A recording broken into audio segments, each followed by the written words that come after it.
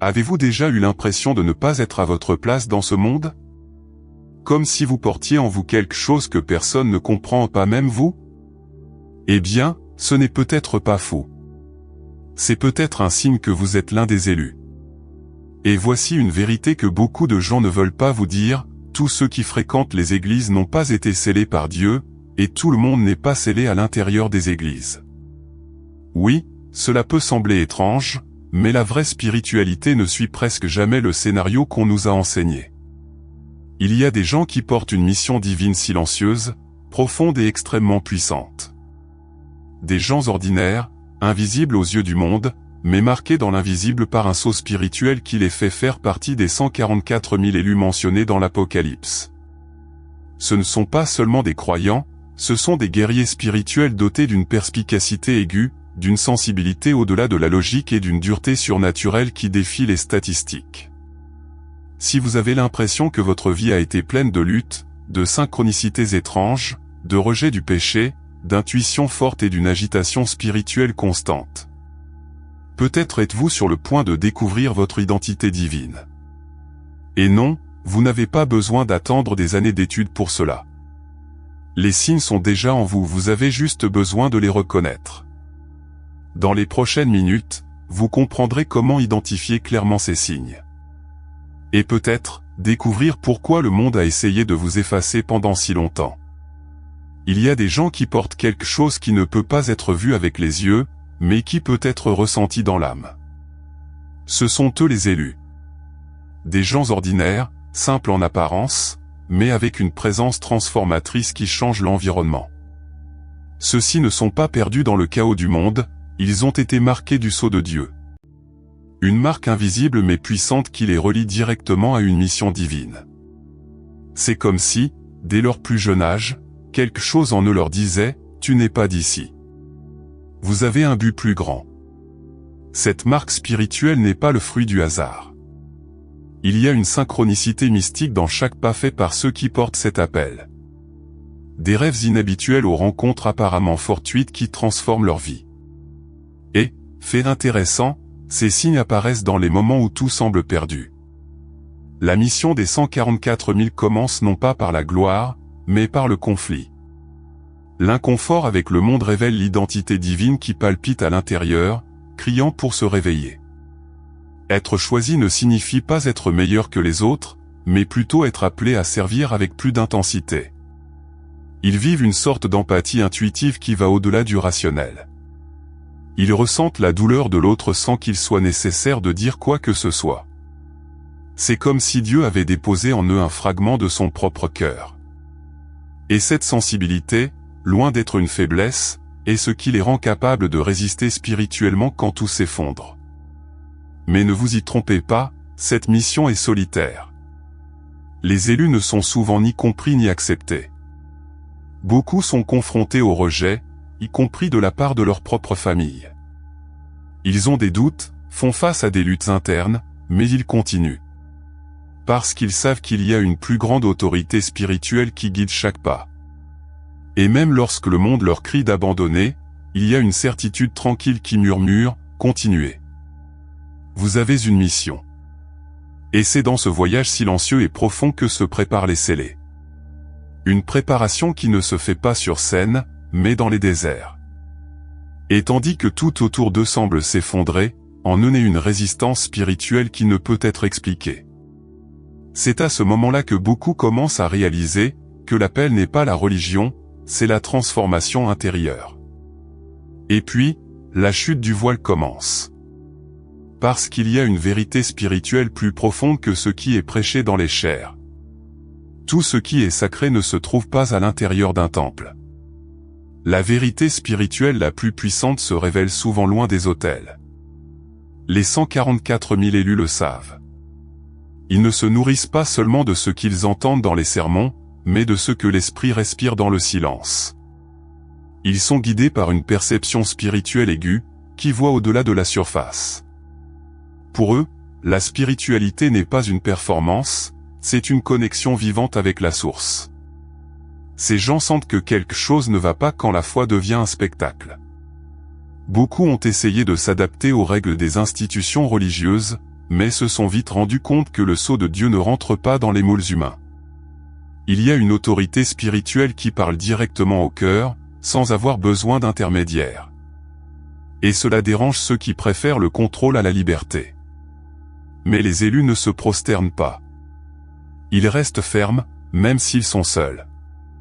La spiritualité du scellé est brute, réelle, intense.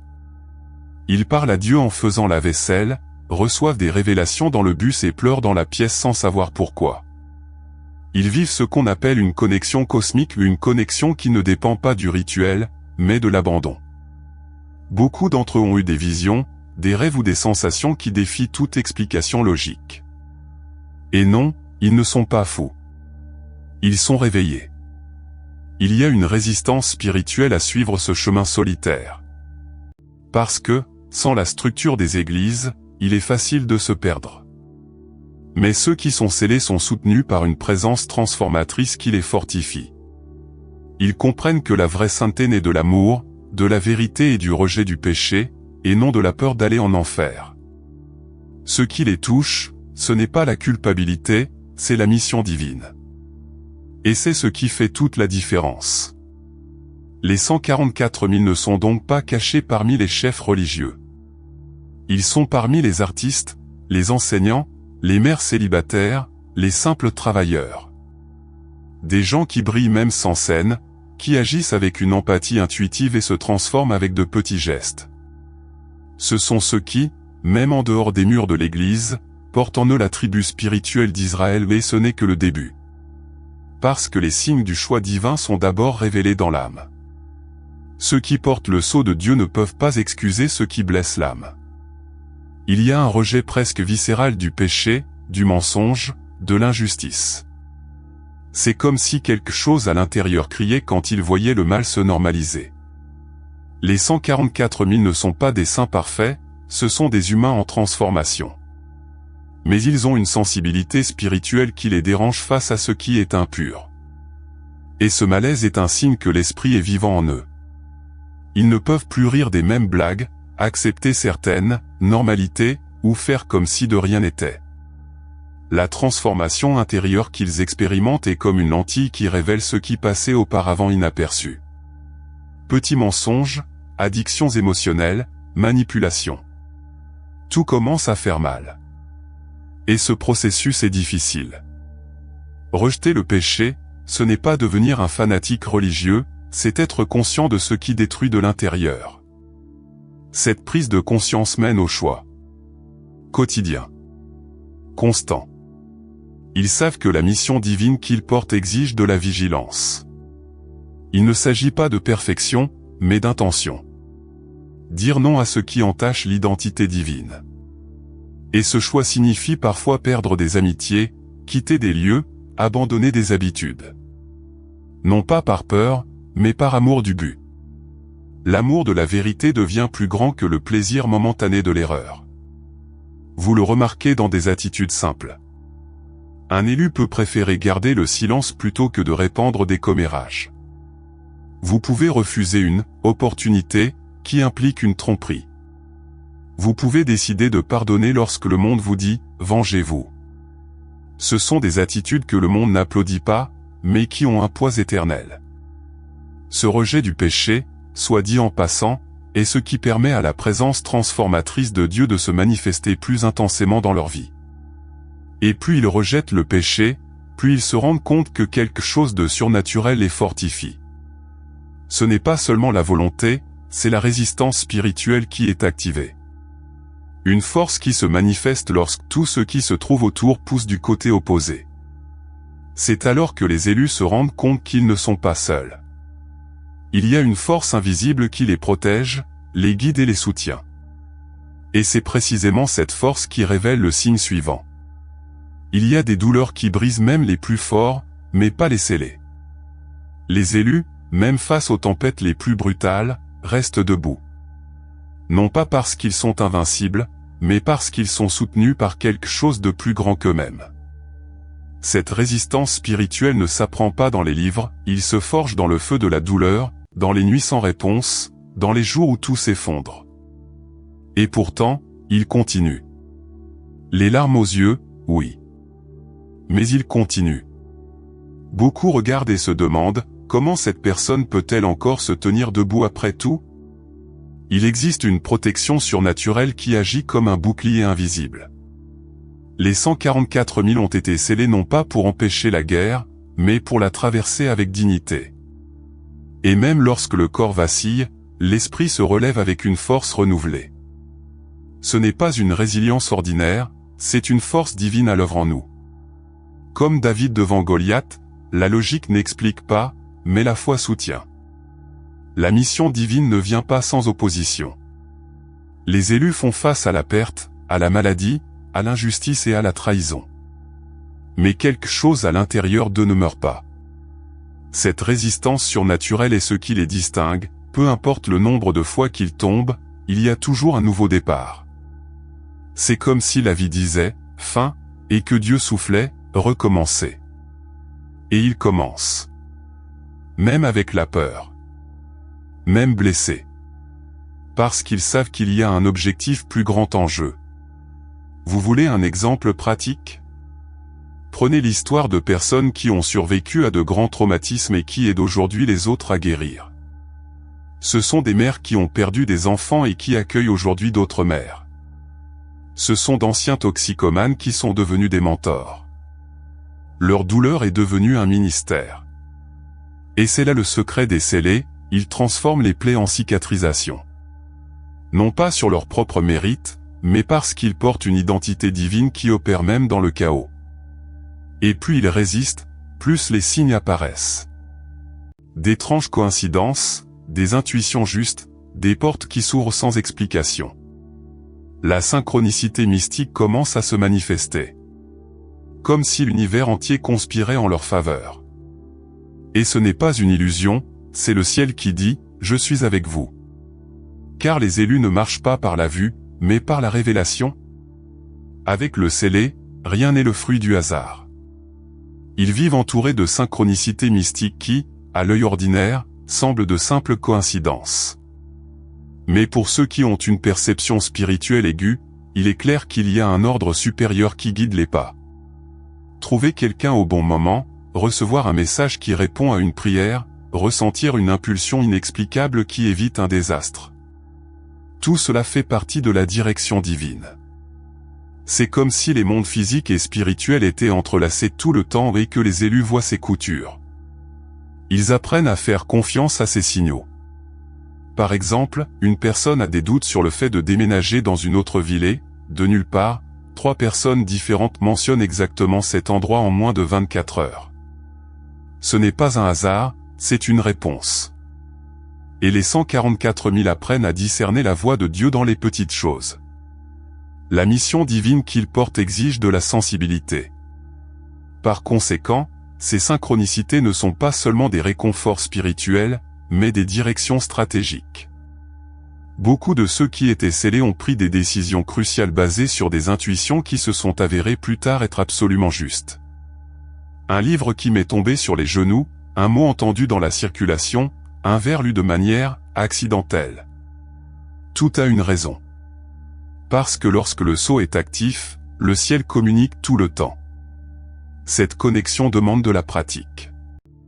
Il commence à écrire des modèles, à prêter attention aux chiffres, aux phrases répétées, aux rêves. Si vous voulez appliquer cela, commencez à faire un journal de signal. Notez les coïncidences étranges, les pensées persistantes, les événements inattendus. Au fil du temps, vous commencez à réaliser la synchronie entre votre voyage et quelque chose de beaucoup plus grand. Cette prise de conscience n'élargit pas seulement votre foi, elle prépare votre esprit pour le niveau suivant.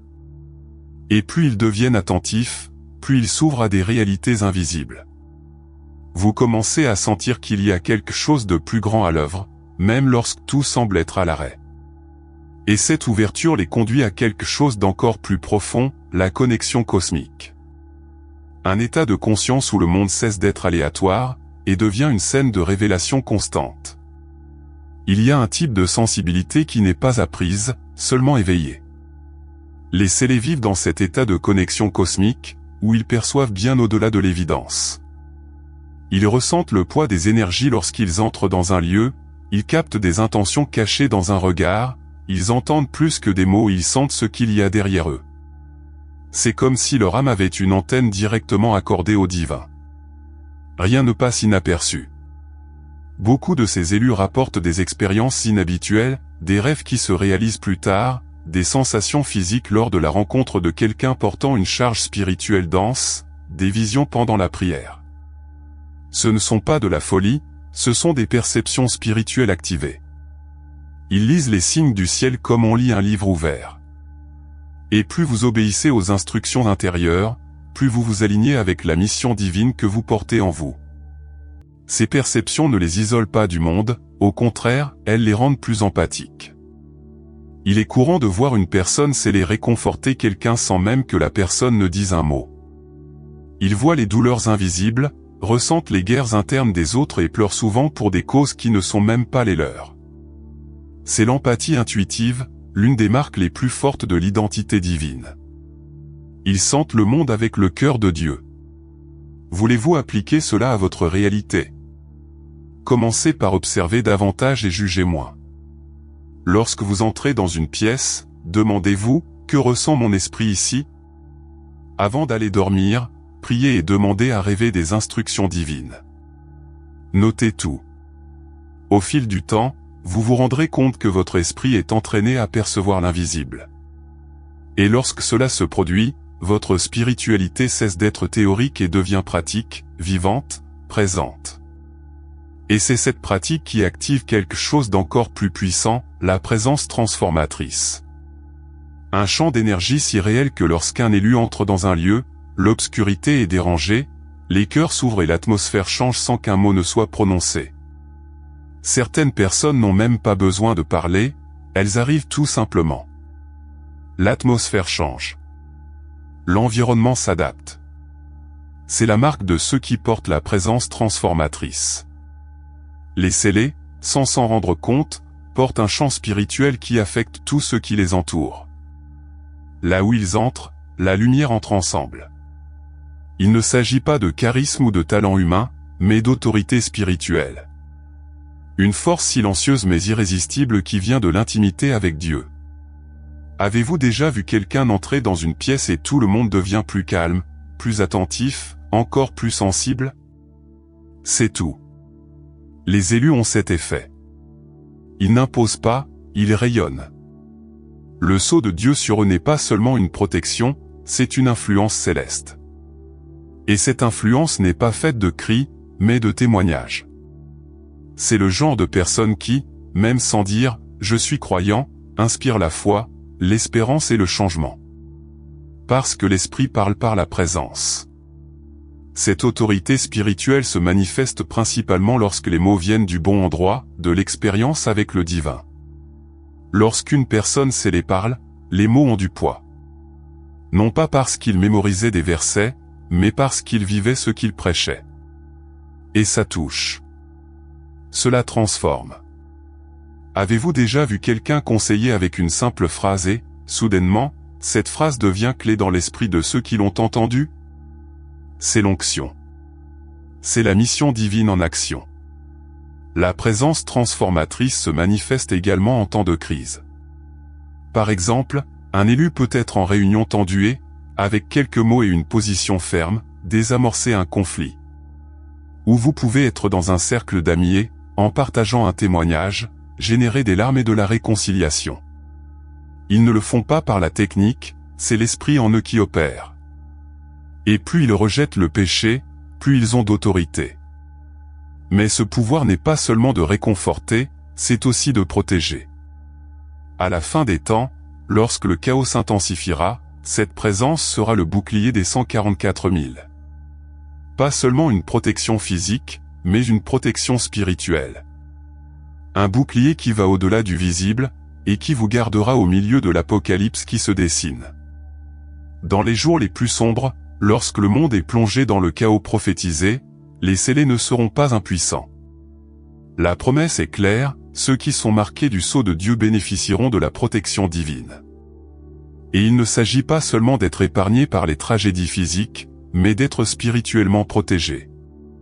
Au milieu de l'Apocalypse, alors que beaucoup s'effondrent, les 144 000 resteront en colonne.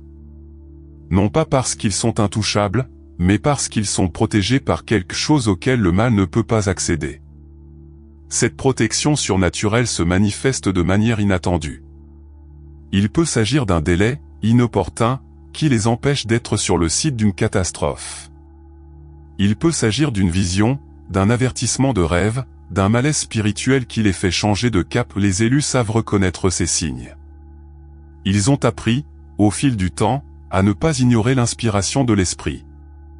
Et c'est cette sensibilité qui les maintient fermes lorsque tout autour d'eux semble s'effondrer. Il y a ceux qui pensent que le sceau est symbolique. Mais ceux qui vivent cette mission divine savent qu'elle est réelle. C'est un bouclier invisible qui bloque ce qui vient du royaume des ténèbres. C'est pourquoi beaucoup de ceux qui ont été scellés ont survécu à des attaques, à des maladies graves, à des persécutions et ils sont toujours là, forts. Parce qu'il y a une résistance spirituelle qui ne peut pas être fabriquée. C'est un cadeau.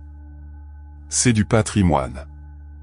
C'est une réponse à une identité divine qui ne s'efface pas, même dans la tempête. Et le plus intéressant, c'est que cette protection ne génère pas de l'arrogance, mais de l'humilité. Les scellés ne pensent pas qu'ils sont meilleurs, seulement plus conscients de la responsabilité qu'ils portent. Ils comprennent qu'ils ont été épargnés pour accomplir quelque chose de plus grand. Et c'est pourquoi ils ne se cachent pas, ils prennent position. Même en sachant que l'exposition comporte des risques. Ils savent qu'à la fin des temps, leur lumière dérangera. Mais même ainsi, ils continuent. Ils continuent parce qu'ils portent en eux un sens de la mission qui les empêche de se taire. Et cette mission s'accompagne également d'un fardeau, celui de proclamer des vérités dures, de maintenir une foi élevée, d'être un exemple dans un monde brisé. Et cela nous amène au dernier signe, la responsabilité de ceux qui ont été scellés pour briller. Être l'un des 144 000 n'est pas un titre à afficher, c'est une énorme responsabilité. Ceux qui portent le sceau de Dieu savent qu'ils ne peuvent pas vivre comme si de rien n'était. La mission divine exige une posture. Cela demande du courage. Parce qu'être choisi, c'est aussi être envoyé. Et cette mission n'est pas seulement de recevoir une protection surnaturelle, mais d'offrir la lumière dans les moments d'obscurité. C'est une vocation quotidienne, qui ne permet pas une zone de confort. Les scellés savent que leurs paroles comptent, mais leurs actions comptent encore plus.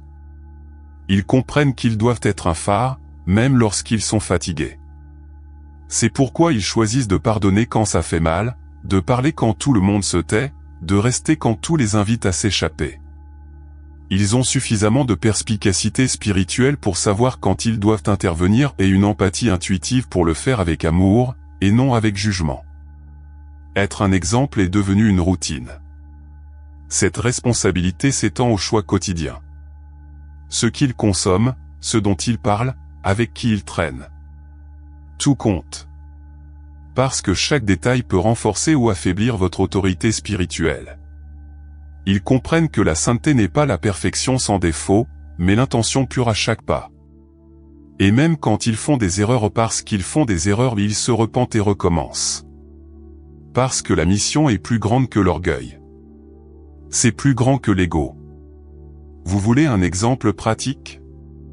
De nombreuses personnes scellées commencent à s'engager dans des causes que personne ne veut toucher, elles aident les sans-abri, s'occupent de personnes âgées oubliées, accueillent des adolescents perdus. Ils n'ont pas besoin d'une plateforme, car leur scène est le cœur des gens. Ils ne le font pas pour se montrer ou ils le font parce qu'ils ne peuvent pas l'ignorer. L'identité divine crie en eux, les poussant à agir. Et c'est cette action constante qui les maintient alignés sur l'objectif. Parce que plus ils se donnent à la mission, plus ils sont guidés. Et dans ce processus de don, ils finissent par être transformés. Ils deviennent plus légers, plus forts, plus connectés. Et ils sentent, dans leur cœur, que cet appel n'est que le début. Il y a quelque chose de plus grand qui s'en vient. Et pour cela, vous devez être préparés. Maintenant, dites-moi, après tout cela, pensez-vous toujours que c'est une coïncidence que vous soyez ici en train de lire ces mots ? Ou se pourrait-il qu'au fond de vous, quelque chose en vous ait reconnu ces signes comme faisant partie de votre propre voyage? Si vous êtes arrivé jusqu'ici, vous avez probablement réalisé que ce n'est pas n'importe qui. Et cela implique une réelle responsabilité. Que ferez-vous de cet appel? Continuerez-vous à ignorer les signes ou commencerez-vous à vivre votre mission divine avec courage? Continuerez-vous à essayer de vous intégrer dans un système qui vous étouffe ou allez-vous embrasser votre identité divine une fois pour toutes, même si cela vous fait marcher à contre-courant? Le temps s'accélère et le monde a besoin de personnes qui sont éveillées, et non distraites. Des gens qui refusent de vivre de l'automatique. Des gens comme vous. Donc, si ce contenu a parlé à votre âme, il est temps d'agir. Commencez par appliquer les signes que vous avez appris ici dans votre vie quotidienne. Remarquez plus. Réfléchissez davantage. Connectez-vous davantage avec votre spiritualité. Et partagez-le avec quiconque porte également cette marque. Parce que les scellés se reconnaissent eux-mêmes. Et ensemble, ils sont encore plus forts.